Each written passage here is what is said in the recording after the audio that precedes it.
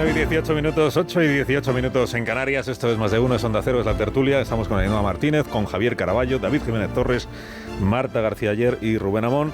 Y como he anunciado a los oyentes, hoy nos acompaña Álvaro de Cózar, que es periodista y es creador. Bueno, Álvaro de Cózar seguramente a muchos oyentes les sonará de haberle escuchado en podcast de enorme repercusión. Aquí hablamos en concreto de uno, del fiscal Estampa, que estuvo aquí presente, y él mismo hizo los elogios correspondientes del trabajo de Álvaro de Cózar, pero hizo también el de los papeles de Bárcena. Bueno, buenos días, Álvaro, perdóname. Buenos días y bienvenido. Gracias. ¿Cómo estás? Encantado. Bueno, has hecho mil cosas, porque esto es tu trabajo. Es mi trabajo. Tu trabajo.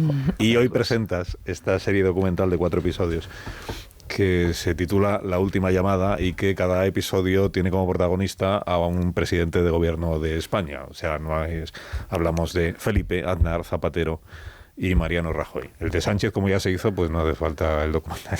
Bueno, porque hace falta un poquito más de distancia, ¿no? Para volver sobre esto. La Última Llamada, he explicado a los oyentes, y tú ahora me corriges, si hace falta, que tiene como punto de partida, y además es una explicación que hace Felipe González en el comienzo del trabajo documental. La Última Llamada es ese teléfono que atiende directamente el presidente del gobierno y que es el que suena cuando ya lo que hay que decidir ya solo lo puede decidir él, que son esas situaciones a las que se han visto enfrentados cada uno de ellos, por asuntos diferentes, claro, en los que tienen que resolver consigo mismos las dudas que se les plantean, ¿no? ¿Cuál dirías que es, para cada uno de ellos 4, esa decisión, la que más les ha costado tomar o la que más vueltas le han tenido que dar? Sí, pues hay 2 niveles de ese tipo de escenas, ¿no? que han tenido que vivir. Hay algunos momentos como muy reconocidos, ¿no? O sea, por ejemplo, no sé, para Felipe la OTAN, ¿no? Que fue una decisión, un tema muy complicado en el que finalmente pues tiene que decidir solo también, pero o para Aznar, por ejemplo, el tema de Miguel Ángel Blanco, ¿no?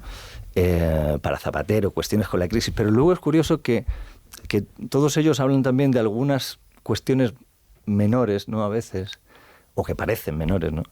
Y eso sí me ha llamado la atención, ¿no? Cuando les entrevistaba, por ejemplo, que Felipe González dijera, para mí los peores momentos son aquellos en los que finalmente no pasó nada. Es decir, noches en vela ante una amenaza terrorista de la que luego los ciudadanos no nos hemos enterado. Claro, para nosotros fue una noche normal, para él es una de sus peores noches, ¿no? Fue porque estuvo despierto toda la noche, porque estuvo pendiente de todo eso y demás. Y eso se produce, digamos que hay anécdotas similares en Zapatero, en Aznar, ¿no? Esas cosas que finalmente no pasan. Y un presidente muchas veces es conocido por lo que hace, pero no tanto por lo que evita, ¿no? O por lo que pasa dentro, que no acabamos sabiendo, ¿no? Bueno, no salen solo ellos en el documental, en cada capítulo, cada capítulo es para una de las presidencias, digamos.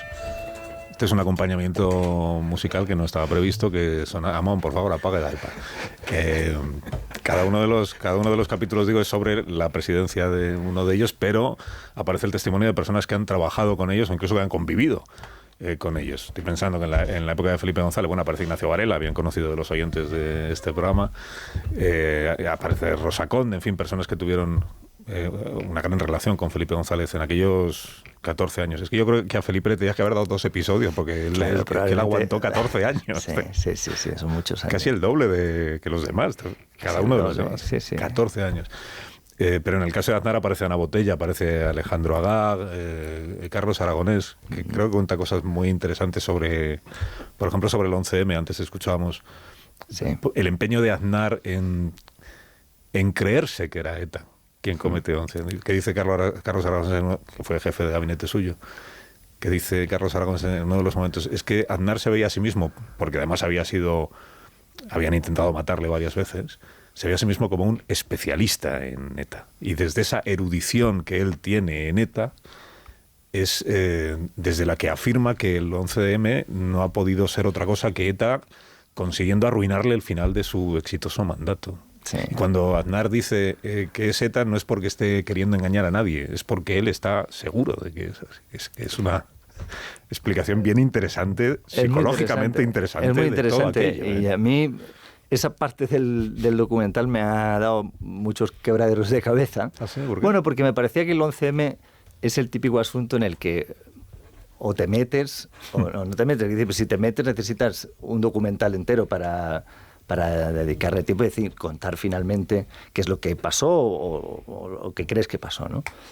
Pero toda esa parte de los sesgos psicológicos que podía tener el presidente Aznar y su equipo, ¿no? Eso me parece muy interesante. Y yo creo que hemos conseguido mostrar un poco qué es lo que pensaron en ese momento, ¿no? Cómo también el equipo se produce muchas veces, ¿no? En esas situaciones. Nadie le dice al presidente lo que parece una evidencia para otros, ¿no? Yo les preguntaba muchas veces, oye, yo estaba en Madrid entonces, pero a las pocas horas del 11M hablé con un periodista británico que me decía, oye, aquí nadie piensa que esto pueda ser ETA, ¿no? Y les preguntaba cómo puede ser que yo tuviese otro sesgo, pero enseguida podía tener una conclusión distinta a la del gobierno, ¿no? Y a veces se producen esos problemas en los gabinetes, ¿no? También, ¿no? Que llega uno con todos los informes sabidos y sin embargo pocas ganas de levantar la mano y llevar la contraria, ¿no? al presidente en este caso. Eso pasa con los cuatro, que en su entorno difícilmente hay alguien que da el paso de decirle, presidente, con todo el afecto que te tengo, te estás equivocando. O sea, o esto lo estás analizando mal, o te estás metiendo en un lío que no es necesario, ¿no? Tienen gente, o sea, cuesta a la gente que está a su alrededor, no sé si en alguno de ellos más que en otros, o decirle abiertamente lo que uno piensa cuando... Yo creo que existe ese riesgo, ¿no? Que ese riesgo siempre está ahí. Hombre, si el líder escoge a la gente adecuada, pues supongo que coges a la gente que te dice la verdad, ¿no? Si no, tienes un problema muy, muy serio, ¿no? Pero es lo del aislamiento de la Moncloa, muchas veces parece que es solo que es que está lejos y que el presidente se aísla en su despacho, no quiere saber nada del mundo, y a veces también puede producirse por los equipos, ¿no? Al final, muchas veces estos equipos tienen que en fin, hacer circular el tráfico también de peticiones a los presidentes, evitar que les estén dando la brasa, que todo el mundo esté pidiendo y demás, y muchas veces eso puede provocar un cierto aislamiento también, ¿no? Bueno, el documental, además de hablarse de cosas muy serias, que son todas las que han pasado en España desde el año 82, cuando gana Felipe, hasta hoy, o hasta prácticamente hoy, también hay anécdotas, como tú antes has dicho. Hay una muy buena, que es cuando el equipo de Rajoy va abriendo... Porque es muy divertida la parte de cómo llegan a la Moncloa. Hay cambio de gobierno, entonces llega un equipo nuevo que hereda al anterior. Ahí sale Alfonso Guerra recordando la anécdota de cómo él no se encuentra un solo papel, de Suárez no heredan un solo papel, y entonces le pregunta Guerra a uno de... ¿Dónde están aquí los papeles para yo estudiármelos? Y dice un hombre que trabaja allí, pues estarán en la caja fuerte. Dice, pues vamos a la caja fuerte. ¿Dónde está la caja fuerte? Pues aquí está la caja fuerte. ¿Cuál es la contra? No, si la caja fuerte se abre sola. Entonces abren la caja fuerte y hay un papel, que es el libro de instrucciones de la caja fuerte. Eso lo cuenta Alfonso Guerra, que siempre lo ha contado con muchas gracias. Pero el equipo de Rajoy lo que cuenta es, llegan a la Moncloa, entonces empiezan a abrir despachos, y en una de esas se encuentran con un despacho que todos estaban vacíos, claro, salvo uno. La puerta cerrada. Una puerta cerrada. Nadie quería abrir, que abra aquí, y hay un señor. Él no se ha enterado de que cambia el gobierno. ¿Pero usted qué hacía aquí? Dice, yo soy asesor del presidente. Dice, pero si no le conocemos de nada, ¿cómo que asesor del presidente? Claro, era asesor del presidente anterior, solo que nadie le había comunicado el cese. Sí, estaba como un japonés perdido en el bosque esperando el final de la Segunda Guerra Mundial, ¿no? Oye, ¿tú dirías que todos los expresidentes, los cuatro que tenemos, sienten que se les ha tratado injustamente por algún asunto? O sea, que Felipe, por ejemplo, el GAL, sigue pensando que no fue injustamente tratado. Claro, es que Felipe estuvo muchos años y al final fueron muchas las cosas que llevaron a que perdiera unas elecciones. Una de ellas pudo ser el GAL, luego estaba la corrupción. El GAL para Felipe, la guerra de Irak para Aznar, que sigue creyendo que él acertó en lo que hizo, en el alineamiento con Estados Unidos y la foto de las Azores y todo lo demás. Con Zapatero igual sería la crisis económica, ¿no? Zapatero, cuando pierde el gobierno, durante muchos años estuvo en su propio partido borrado, como si no hubiera existido. Por eso yo creo que él agradece tanto esta etapa en la que ha sido reivindicado y rehabilitado por Sánchez. Para Zapatero sería la crisis económica y para Rajoy podría ser el asunto de Cataluña. El asunto de Cataluña o quizás parte de la corrupción, no lo sé, ¿no? Bueno, la Gürtel, claro. Sí, sí, la moción de censura. Sí, yo creo que sí que piensan que han sido injustamente tratados, aunque bueno, digamos que entienden que son gajes del oficio, ¿no?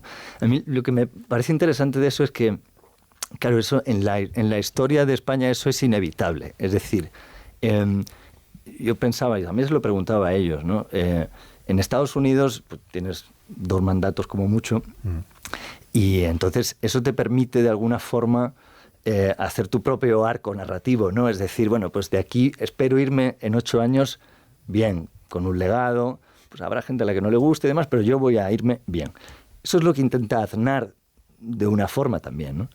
Pero claro, aquí el final de los presidentes siempre es que te echan. Y por lo tanto es siempre trágico. Es decir, siempre está la esperanza puesta al inicio e inevitablemente la salida es trágica, ¿no? Incluso en el caso del presidente que intentó de alguna forma que no fuese así, que es Aznar, ¿no? Que sí que le puso el reloj, ¿no? Y eso inevitablemente me parece que hace que finalmente ellos consideren que ese final también es injusto, ¿no? Algunas preguntas que mis contertulios quieren hacerte, pero antes te las voy a hacer yo, sobre la elaboración del documental. ¿Cuántas personas te han dicho que no querían, ex colaboradores de los presidentes que ha habido, que no hayan querido por alguna razón aparecer en el documental? No muchas, no muchas. Claro, al principio haces una batida también, ¿no? Muy para sondear, ¿no?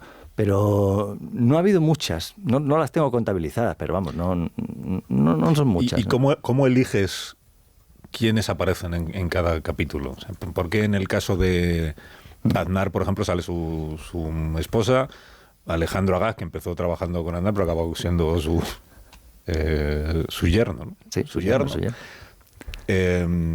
Mientras que en otros expresidentes sale más el equipo que tenía en el Palacio de la Moncloa. En el caso de Rajoy salen un montón, sale quienes le escribían los discursos. ¿Cómo has hecho esa selección? Claro, el hecho de que salgan los familiares, en el caso de algunos, que en el caso de Aznar hay 2 familiares, ¿no? Ana Botella y Alejandro Agag. En Felipe sale su hija, ¿no? En Felipe sale su hija, sí. Pero básicamente es porque en los demás no quisieron salir. Bueno, pues porque prefieren, supongo... me acuerdo que se lo pregunté al presidente Zapatero, le dije, puede salir, sería genial que estuviera Sonsoles, que además no sale mucho y demás, y dice, te va a decir que no, pero vamos, seguro, o sea, no es una opción para ella, ¿no? Bueno, pues porque siempre ha llevado esa parte más privada y no le gustará salir, ¿no? Como en el caso del presidente Rajoy, ¿no? Que tampoco vemos comparecencias nunca, digamos, o entrevistas de su esposa. Lo que sí hacemos nosotros es, claro, el tema de cuál es la historia que queremos contar de cada uno de ellos, ¿no? Entonces, el primer proceso siempre es leernos todas las memorias, biografías, estudios que se hayan hecho sobre sus mandatos, incluso de otros gobernantes, ¿no? Otros mandatarios internacionales, para buscar ideas y demás. Y una vez que ya tienes clara, entonces vas viendo quién es el que te va a poder contar esa parte mejor, ¿no? Y lo que sí queríamos era que estuvieran los jefes de gabinete, los asesores más directos y demás, ¿no? Y nosotros, la idea, todo esto empieza porque nosotros, en fin, somos fans de series como Los pasillos del poder, El ala oeste de la Casa Blanca y demás, y pensamos que en el relato español, en la historia de España, no hay muchos relatos de estos desde dentro, ¿no? Y ese era un poco el reto. Y empezamos con la idea de querer hacer algo sobre asesores, pero igual que en el ala oeste de la Casa Blanca, al final el presidente, porque a ellos les pasó lo mismo, ¿no? Al final el presidente es el que acaba convirtiéndose en protagonista, ¿no? Y dices, bueno, pues tengo que tirar por aquí, ¿no? De asesores a presidentes, pues sí que has apuntado alto. Buenos días, Álvaro. Yo te quería preguntar, ¿has perfilado lo que es el síndrome de la Moncloa, ese aislamiento, esa falta de crítica de los entornos, de los equipos? ¿Has conseguido arrancarles algo de autocrítica a ellos, más allá de victimizarse como que han sido injustamente tratados? ¿Ellos han reconocido algún error, algún fallo que hasta ahora nos resulte novedoso? Algunos de ellos reconocen algunos errores. A mí, que me haya llamado la atención, sí. A mí, por ejemplo, el presidente Rajoy reconoce, por ejemplo, que hizo mal en no estar el día de la moción de censura. El bolso, ¿no? Sí. Y le dice, pues sí, pues no debería haberme ido. No debería haberme ido porque finalmente, en fin, pues hay una cuestión institucional y es un tipo, digamos, serio en eso, ¿no? Y piensa que eso, bueno, pues que no lo debería haber hecho. Ese es un error que comenta él. El presidente, bueno, a Aznar le preguntamos por el tema de Irak y él lo que viene a decir es, claro, yo no considero que ese sea un error, hablando de las armas de destrucción masiva, porque en el momento en el que yo decidí eso, con los datos que yo tenía, pues había armas de destrucción masiva. Esos eran los informes que yo tenía de la CIA y demás y tal. Bueno, pues oye, no sé, digamos que para mí personalmente, pues yo podría decir, bueno, pues entonces era un error, ¿no? Que decir, si estaban ellos, pero él lo justifica así y lo explica así, ¿no? Y luego me hace gracia Zapatero dice en un momento dado que habló con Obama y le vino a decir, mira, los errores, no sé si habló o lo leyó, no lo sé, esto ahora mismo no lo recuerdo, pero es como que Obama dice, no pasa nada que reconozcas el error, pero no va a significar nada. Es decir, que cuando reconoces el error tampoco te ganas nada, ¿no? Y no sé, pero sí, yo creo que están abiertos a plantearse con alguna cierta autocrítica.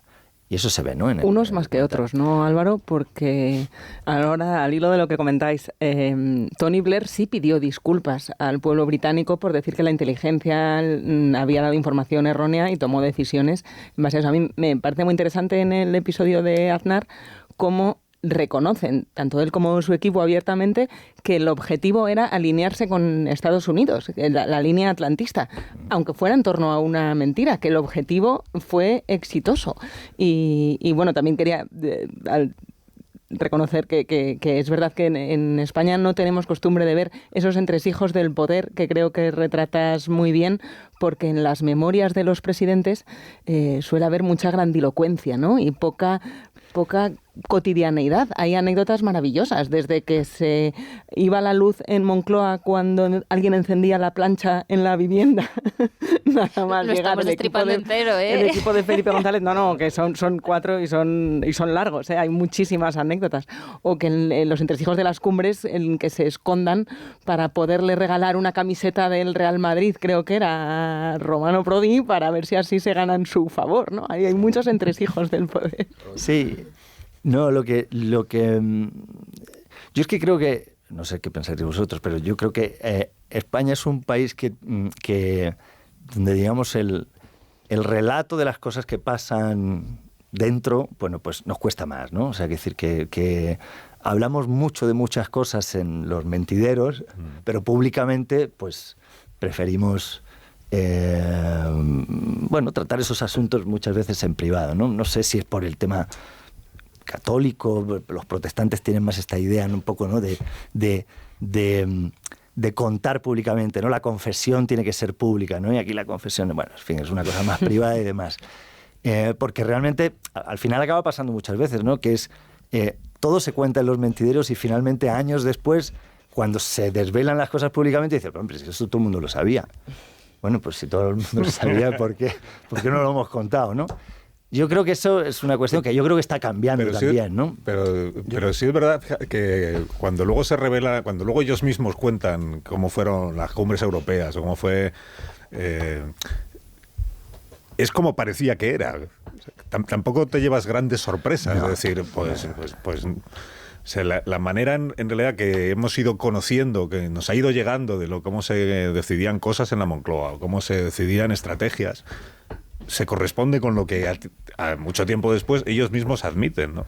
La idea de que Aznar realmente lo que buscaba era una alianza muy estrecha con Estados Unidos, y se cuenta en el documental, alguno de los colaboradores del presidente, cuando se produce el 11S, las Torres Gemelas, se ve una oportunidad, que es no solo que Aznar estreche aún más sus relaciones con el gobierno de Estados Unidos, que en ese momento acaba de empezar Bush hijo, sino de ofrecerle a Estados Unidos la experiencia que tenemos en España en la lucha contra el terrorismo.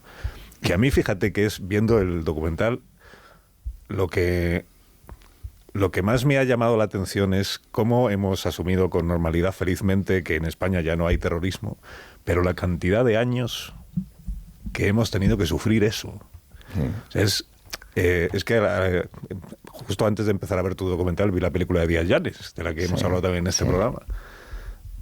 Y claro, dices, cuantísimo tiempo hemos estado aguantando el terrorismo todos los días, que ahora parece impensable. Es que a mí ahora me cuesta trabajo me cuesta trabajo creérmelo. Claro. Un día tras otro día, viendo matar a gente en la universidad, en guardias civiles, policías, concejales, periodistas, todos los días prácticamente. Los presidentes de gobierno han tenido que vivir con esa realidad en una posición muy complicada, muy complicada. O sea, aumenta mucho mi comprensión hacia los presidentes de gobierno. Es que yo creo que ha sido el gran tema. Es que ha sido el gran asunto de España durante 30 años. Sí. Y cuesta creer lo normalizado lo normalizado, entiéndeme, lo asumido que teníamos que ese era nuestro día a día, de los atentados, Total. De los entierros, de las dudas sobre las negociaciones con ETA, de aquello que durante tanto tiempo se dijo de que porque había a favor o en contra de la negociación, y siempre los partidarios de la negociación casi todos utilizaban un argumento que en su momento parecía muy poderoso, que era: no hay otra manera de conseguir acabar con el terrorismo que conceder algo, que ceder en algo. Hay que negociar para llegar a un acuerdo en el que las dos partes cedan. Y si no, no se acabará nunca el terrorismo. Y nos parecía impensable, y gracias a Dios fue lo que sucedió, creo yo, que se pudiera acabar con el terrorismo sin ceder nada. Porque el Estado sigue siendo el que era, la legislación sigue siendo, en términos generales, la que era, y quien ha tenido que adaptarse a las reglas que ya existían entonces, las reglas democráticas, es la llamada izquierda abertzale, que durante tanto tiempo prestó ese servicio a la perpetuación casi del terrorismo. Perdón, esto es una reflexión, pero que viendo el trabajo, digo...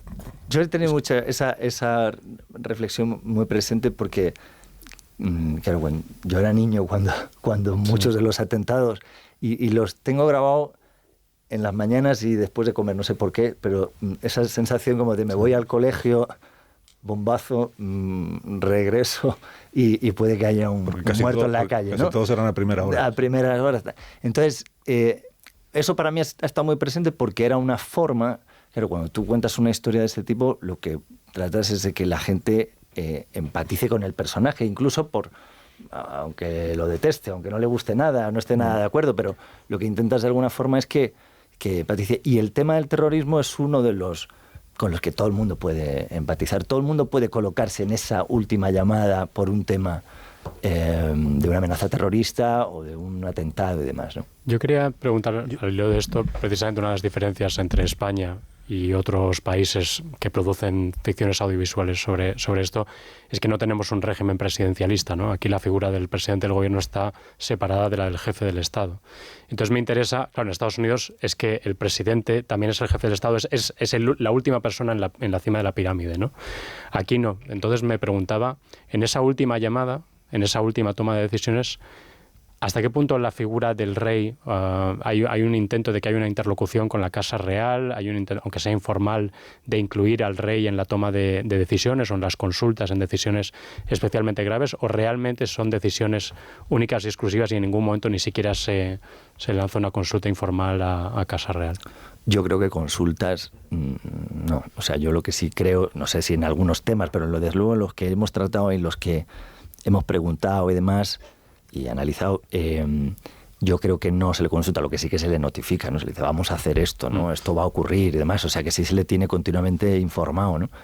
Pero no, son cuestiones que llevan muy, muy personalmente, ¿no? Que se producen finalmente en un despacho 2 o 3 personas hablando sobre un tema de esas características.